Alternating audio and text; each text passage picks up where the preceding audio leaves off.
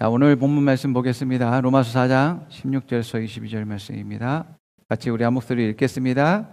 그 약속은 믿음에 달렸기에 우리는 은혜로서 그 약속을 경험할 수 있습니다. 그리고 이제 그것은 아브라함의 모든 후손에게까지 미치는 약속입니다. 이는 율법을 지킨 사람들 뿐만 아니라 우리 믿음의 조상 아브라함의 믿음 안에 들어가는 모든 사람을 위한 것입니다. 그것이 성경에 쓰인 바 내가 너를 많은 민족의 조상으로 세웠다라고 하신 그 말씀입니다. 그는 우리의 모범이고 조상입니다. 이는 하나님의 존전 앞에서 하나님께서는 죽은 자를 살리실 수 있고 아직 존재하지 않은 것을 불러 존재하게 하시는 분이라는 것을 믿었기 때문입니다. 아브라함은 그의 모든 역경에도 불구하고 이 일이 이루어질 가망성이 전혀 없어 보일 때에도 하나님의 약속을 믿고 하나님께서 그것을 이루실 것을 기대했습니다. 그가 하나님의 말씀을 그대로 믿었기에 그 결과로 많은 민족의 조상으로 세움을 받았습니다. 하나님께서 그에게 선언하시기를 너의 후손이 셀 수조차 없을 만큼 많을 것이다 라고 하셨습니다. 아브라함은 아들을 갖게 하시겠다는 약속을 받을 때 100살에 가까운 나이였음에도 불구하고 그의 믿음이 매우 견고하여 그 자신이나 사라가 아기를 잉태할 수 없는 나이라는 사실에 조금도 구애받지 않았습니다. 그는 하나님의 약속을 굳게 믿었기에 하나의 아비가 되리라는 믿음이 더욱 견고해졌습니다. 그는 하나님께서 그분의 약속들을 이행하시기 위해 필요한 모든 능력을 가지신 분이라는 것을 힘있게 믿고 확신하였습니다. 그리고 그것으로 말미암아 아브라함은 하나님을 영화롭게 하였습니다. 그러므로 아브라함의 믿음이 그로 하여금 하나님 앞에 의로 여겨지게 하였습니다. 아멘.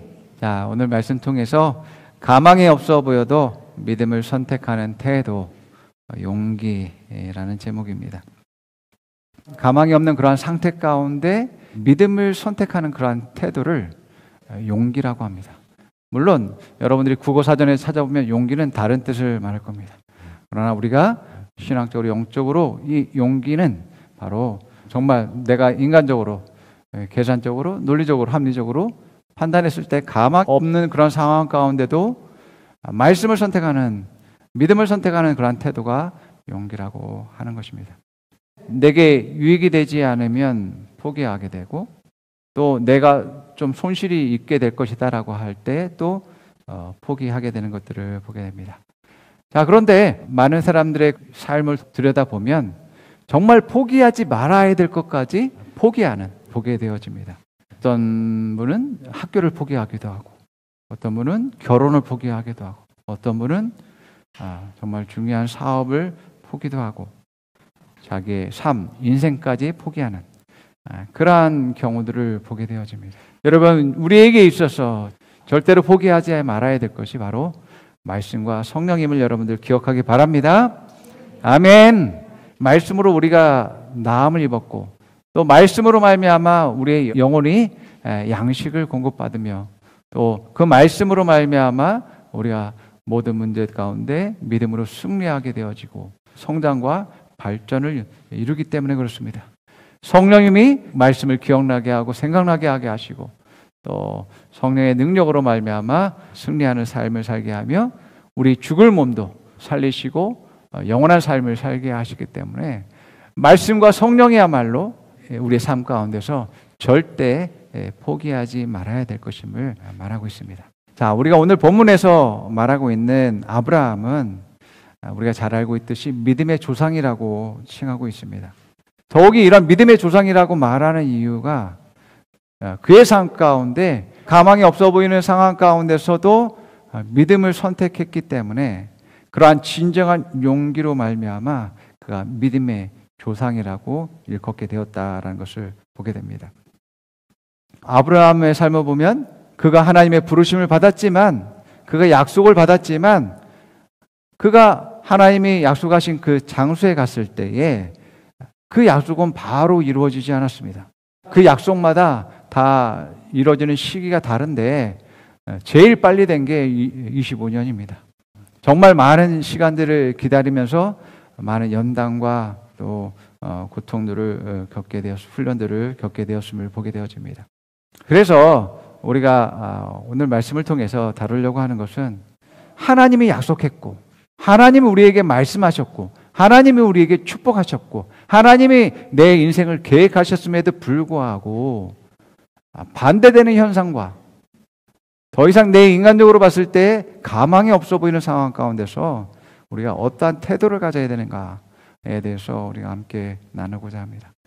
자, 그래서 오늘 말씀 통해서 여러분들이 말씀이 말하는 그러한 태도를 갖고 믿음이 조상이 되어지며 또 여러분들을 통해서 믿음의 후손들이 나오고 세워지는 일들이 일어날 것을 축원드립니다.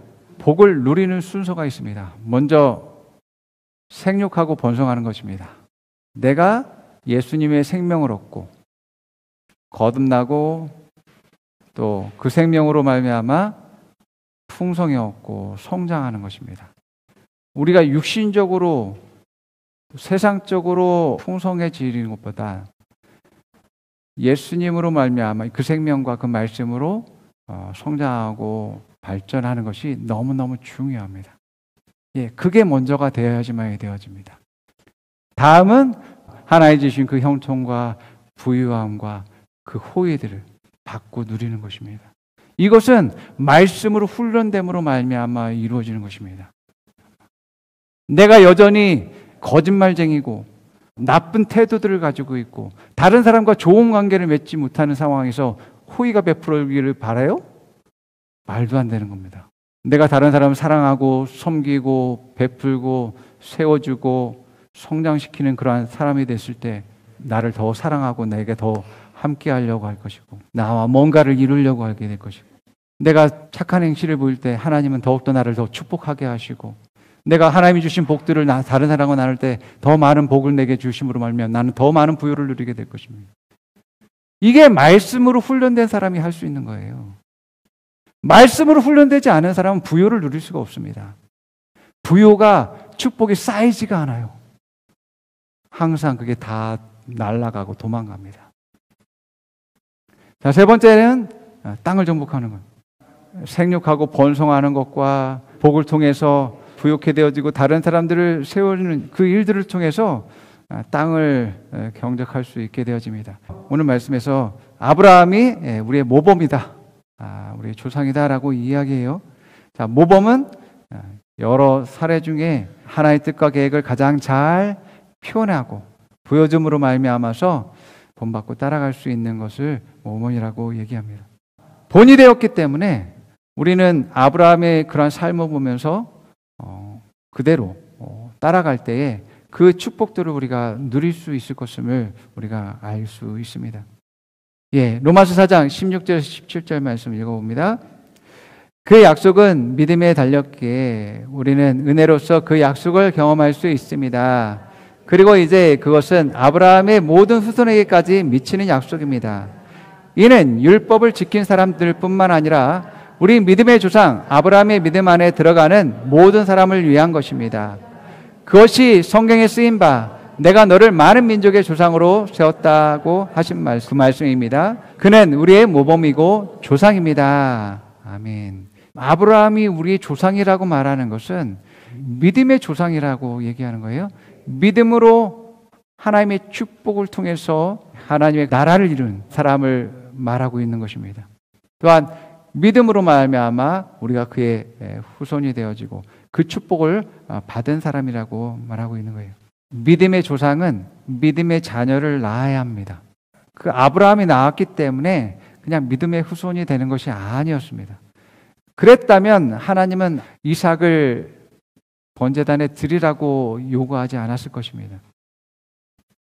하나님은 하나밖에 없는 그 이삭을 제단에 바칠 것을 요구했죠. 내가 사랑하는 외아들 이삭을 이라고 말씀하셨어요. 사랑하는 아들이에요. 그것도 외아들, 하나밖에 없는 아들을 바치라고 합니다. 주실 때는 언제고 약속하셨는데 그 아들을 이제 바치라고 합니까? 정말 그것도 이제 주시고 나서 바로 빼앗는 것이 아니라 이제 정말 이제 15년 이상 이 아들을 키운 상황에서 이 아들을 다시 바치라뇨. 너무너무 가슴이 아픈 그런 상황을 겪게 되어집니다. 이 말씀은 하나님이 아브라함에게 한 약속, 내가 큰 민족을 이루리라라고 하신 그 말씀마저 의심하게 되어지는 그러한 하나님의 말씀입니다. 아브라함은 그 다음 날 짐을 꾸려서 이제 이삭을 바치러 떠납니다. 아브라함이 아들을 하나님의 말씀, 하나님 명령하신 그 말씀을 이제 믿음으로 하나님께 드리게 되죠. 하나님께 드렸을 때 육신의 아들인 그 이삭은 그 자리에서 죽게 되어지고 이제 그 믿음으로 말미암아 이제 영적인 그 믿음의 아들이 탄생하게 되어집니다. 자, 이러한 자녀를 드리는 그러한 일들을 통해서 믿음의 조상이 되었고 믿음의 후손을 얻게 되는 일들이 일어났습니다. 아브라함은 하나님의 약속을 받았고 또 하나님의 그러한 축복을 받고서 이제 하나님의 뜻대로 행했던 그런 사람입니다. 그런데 그가 그랬음에도 불구하고 이제 말씀과는 반대되는 그러한 상황들을 만나게 되어집니다. 그런 상황에서 믿음을 선택했다라고 오늘 말씀 말하고 있어요. 하나님 어떤 약속을 했는지 한번 읽어봅니다. 창세기 15장 18절에서 21절입니다. 바로 그날 주님께서 아브라함과 언약을 세우시고 말씀하셨다. 내가 이 땅을 이집트 강에서 큰 강 유브라데스에 이르기까지를 너의 자손에게 주겠다. 이 땅은 겐 사람과 그니스 사람과 감몬 사람과 헷 사람과 브리스 사람과 르바 사람과 아모리 사람과 가나안 사람과 기르가스 사람과 여부스 사람의 땅을 다 포함한다. 아브라함이 상상할 수 없는 말씀을 하나님이 하셨어요. 그것을 약속하셨죠. 너무너무 광활한 땅을 주시겠다라고 말씀하고 있습니다. 그런데 그 약속과는 너무나 반대되는 그러한 상황들이 일어났고 그를 괴롭혔습니다. 첫 번째는 여러분 다른 사람이 살고 있습니다. 그리고 아브라함이 그곳에 갔을 때는 아브라함은 이방인이에요. 그래서 어떤 민족들은 아브라함을 적대시했고 또 아브라함의 재산을 빼앗으려고도 했고 그 아내를 빼앗았습니다. 아브라함의 그러한 삶에서 보게 되어지면 그가 가진 땅이라고는 사라를 장사하기 위해서 산 막벨라굴 외에는 그가 소유한 땅이라고는 없었습니다. 정말 하나님이 약속하신 이 가나안 땅을 차지하게 된 것은 아브라함 때가 아니라 여호수아의 때죠. 무려 500년이라는 그러한 시간이 흘러서 이 약속이 성취되는 것들을 보게 됩니다. 여러분, 아브라함은 그것을 보지 못했습니다. 두 번째는 큰 민족을 이룰 것이라고 말씀했습니다. 그런데 이 말씀 역시 야곱 가족이 애굽에 들어가서 하나님이 번성하는 그런 축복을 주셔서 그 땅에서 민족을 이루게 되어지죠. 아브라함 때에는 그의 자녀라고는 이삭밖에 없었습니다.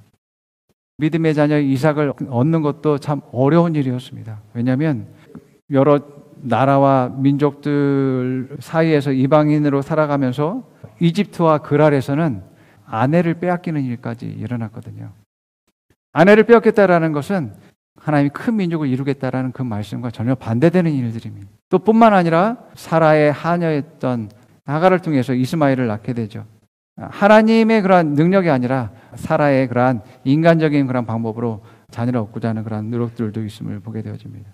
그리고 하나님이 그 이삭마저도 드리라고 말씀하는 것을 통해서 보게 되어지면 참 이거 자녀를 얻는 것뿐만 아니라 큰 민족을 이루겠다라는 이 말씀 의심이 될 수밖에 없는 상황 가운데 있습니다. 그나마 하나님의 축복을 누릴 수 있던 것은 형통과 호의와 부유함이었습니다. 아브라함이 여러 재산을 잃을 위기도 많이 있었고요. 그가 판 우물들도 빼앗기는 일들이 일어났고 그가 있었던 땅의 기근과 흉년과 생명을 위협하는 일들이 많이 일어났었습니다. 자, 이런 것들을 보면서 도대체 하나님이 약속하신 것은 언제 이루어질까? 하나님이 축복한 것이 도대체 맞는가라는 그런 의심이 들 수밖에 없는 상황 가운데 있었습니다. 이렇게 가망이 없어 보이는 상황에서 아브라함은 믿음을 선택했다라는 겁니다. 우리가 기억해야 될 것은 하나님이 약속하신 것, 하나님 말씀하신 것은 따라해 봅니다. 하나님이 직접 말씀대로 하시겠다는 약속입니다. 자, 하나님의 약속은 하나님의 계획이고 하나님이 계획한 것을 하나님이 이루시겠다라는 그런 의미를 가지고 있습니다. 아브라함이 하나님이 축복하신 그 축복들을 자기가 생각해서 그것을 달라고 한 것이 아니었습니다. 하나님은 그냥 아브라함이라는 사람을 선택했고 또 그를 위해서 이러한 계획들을 가지고 계셨다라는 것들을 보게 되어집니다.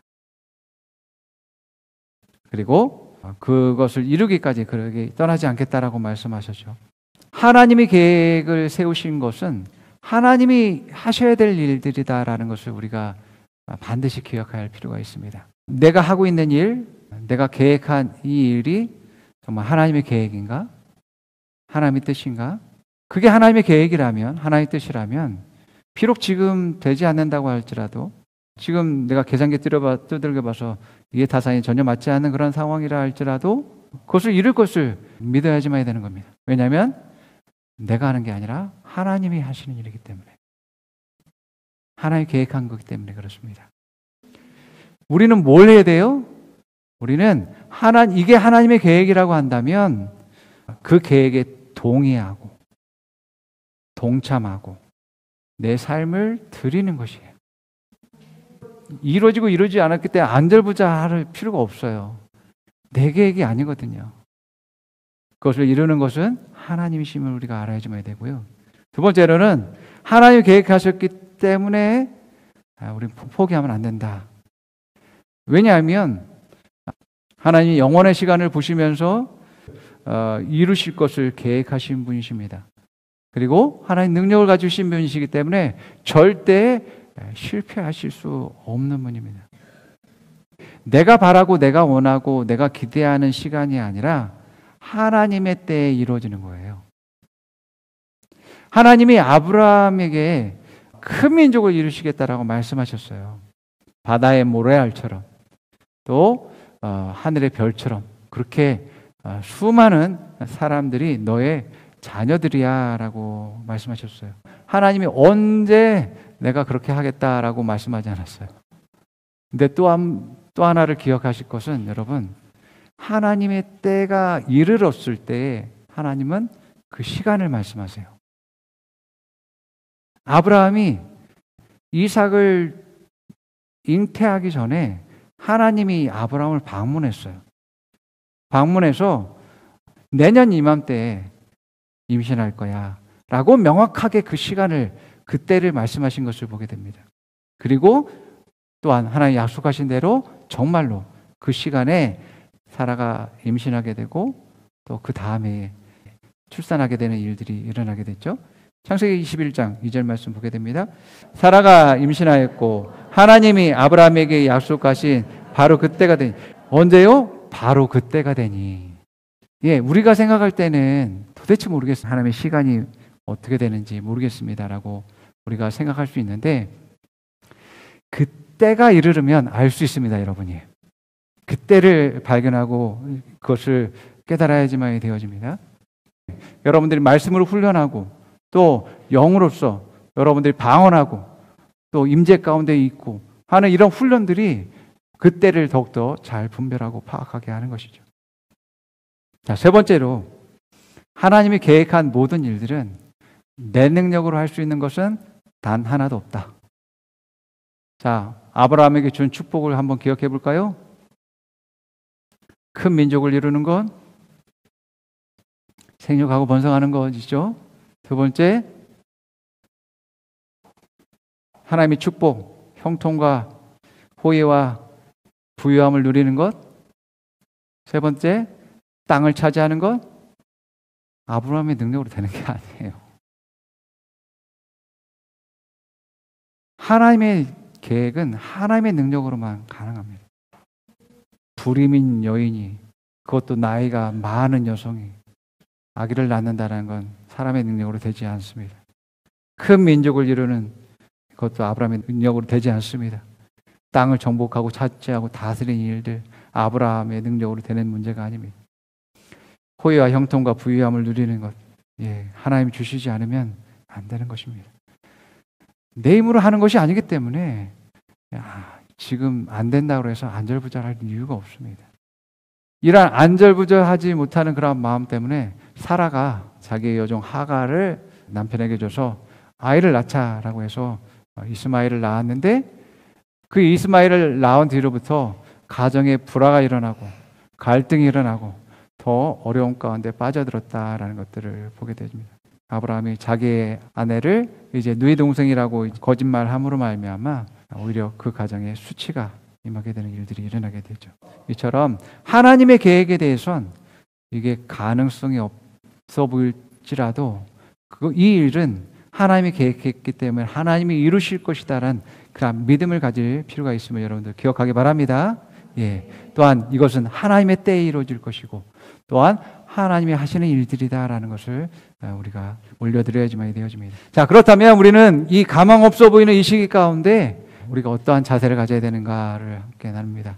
오늘 본문 17절과 18절을 읽어봅니다. 그것이 성경에 쓰인 바 내가 너를 많은 민족의 조상으로 세웠다라고 하신 바로 그 말씀입니다. 그는 우리의 모범이고 조상입니다. 이는 하나님의 존전 앞에서 하나님께서는 죽은 자를 살리실 수 있고 아직 존재하지 않은 것을 불로 존재하게 하시는 분이라는 것을 믿었기 때문입니다.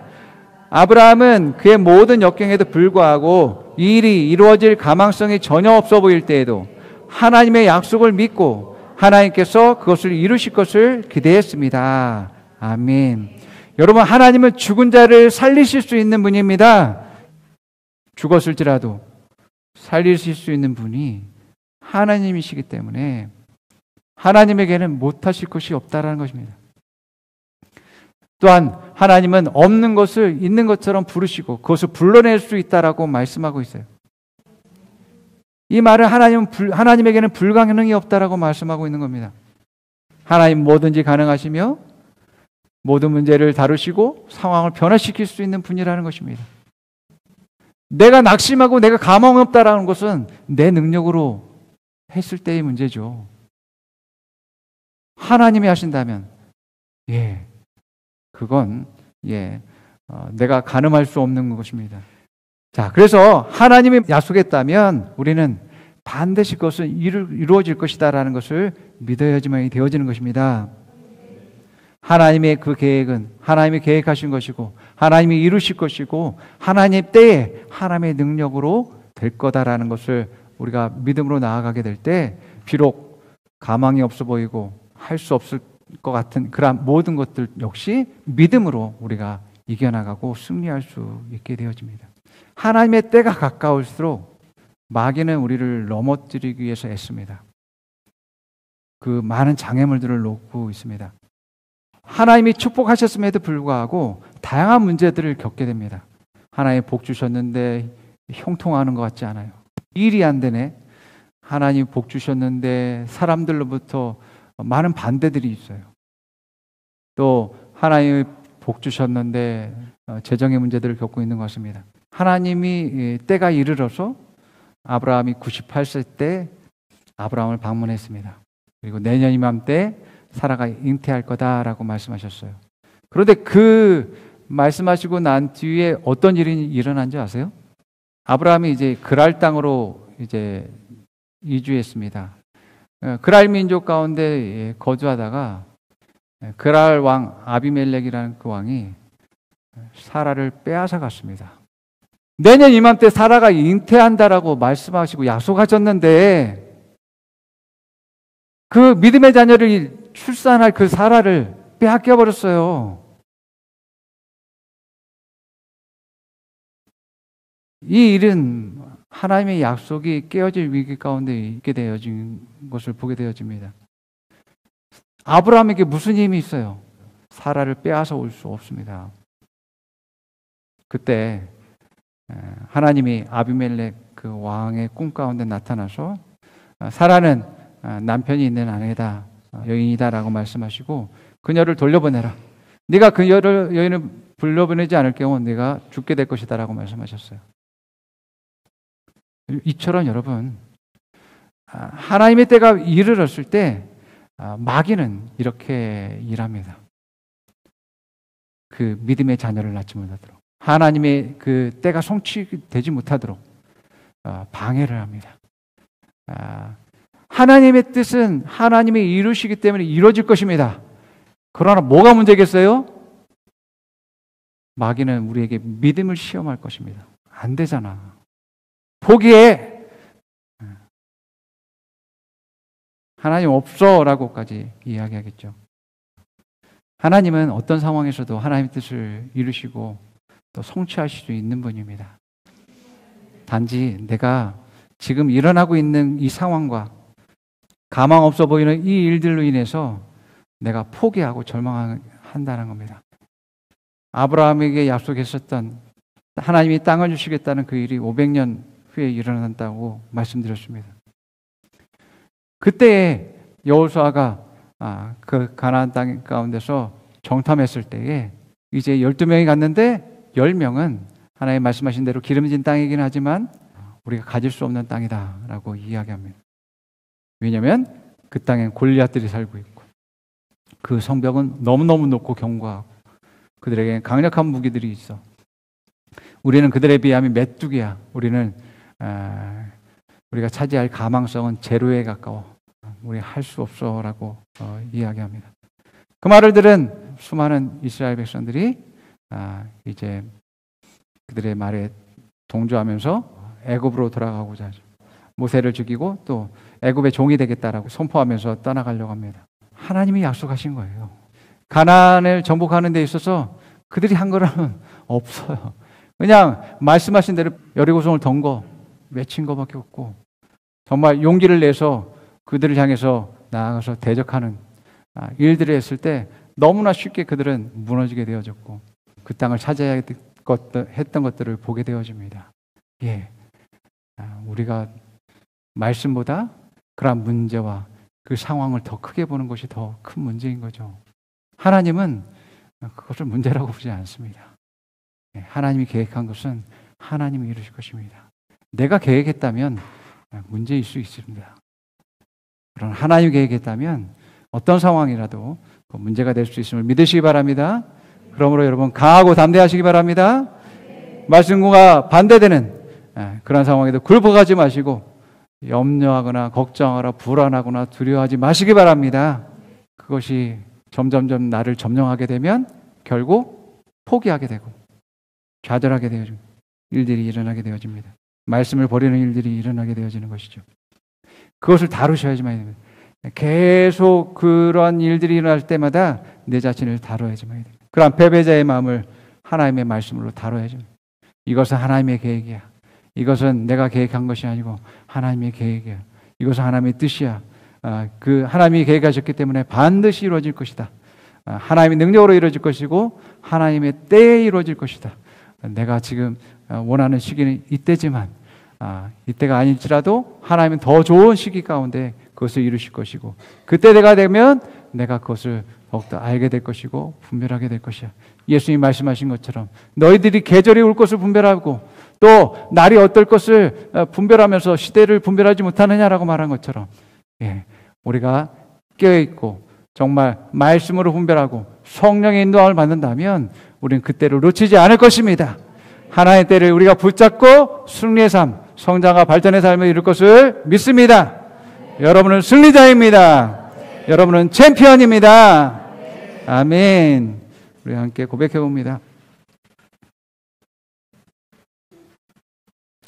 하나님은 나의 성공을 계획하셨습니다. 하나님은 나를 축복하셨습니다. 나에게는 하나님의 축복이 있습니다. 나는 생명을 얻되 풍성이 없습니다. 나는 번성합니다. 나는 부유합니다. 나는 형통합니다. 나는 호의가 있습니다. 하나님의 계획은 하나님이 이루십니다. 하나님의 때에 이루십니다. 하나의 능력으로 이루어집니다. 하나님은 죽은 자를 살리시는 분입니다. 하나님에게는 불가능이 없으십니다. 모든 것이 가능하십니다. 하나님이 약속하신 모든 말씀은 이루어집니다. 자, 옆 사람에게 말해봅니다. 가만성이 없어 보여도 하나님의 말씀을 믿으십시오. 강하고 담대하십시오. 하나님의 말씀과 약속에 반대되는 상황에 굴복하지 마십시오.